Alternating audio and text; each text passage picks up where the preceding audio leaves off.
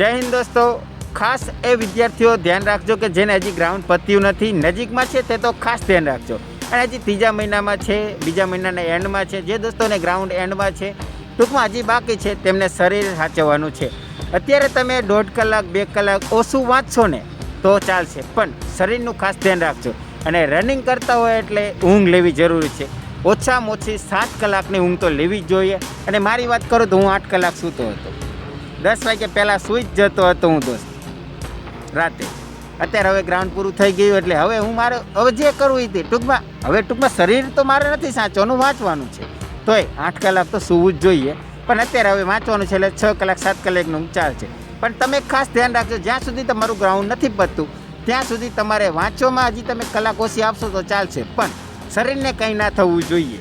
શરીર જો તમારે દોડ આવતા પહેલાં વીક થઈ ગયું તો તમે દોડી નહીં શકો. એટલે ખાસ ટૂંકમાં તમે સમજી જજો હું શું કહેવા માગું છું. ચાલો, કોઈને કંઈ નાનો મોટો પ્રશ્ન હોય તો જણાવો, તમને કમેન્ટમાં જવાબ આપવાની જરૂર કોશિશ કરીશ. જય હિન્દ, જય ભારત.